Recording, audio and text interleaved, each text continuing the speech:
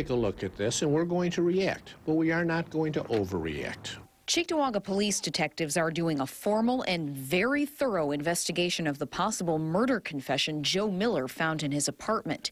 Investigators have already ripped up the carpeting in Miller's bedroom closet, where, according to the note, a woman's remains are buried. We took a look under the carpet, looked at the concrete that's there. There's nothing that appears to be disturbed at this time. Detectives have no immediate plans to dig up the concrete floor. Instead, they're focusing their attention on the note itself.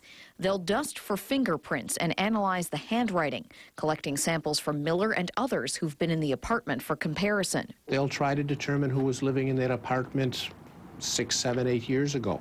Maybe try to get a sample of their handwriting, interview that individual. There are no unsolved murders or outstanding missing persons cases in Cheektowaga that seem to fit with this case.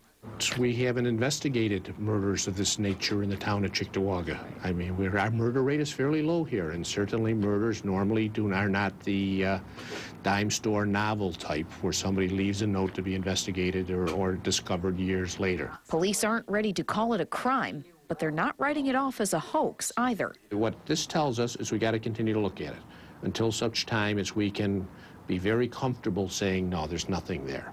Until then, we'll continue to follow up on it. Now, just because police aren't looking under Joe Miller's floor yet doesn't mean that they won't in the future. If any of these other leads start to pan out, they'll use a type of radar scanning equipment to check for something buried under the concrete. Live, Rachel Kingston, News 4 at 6.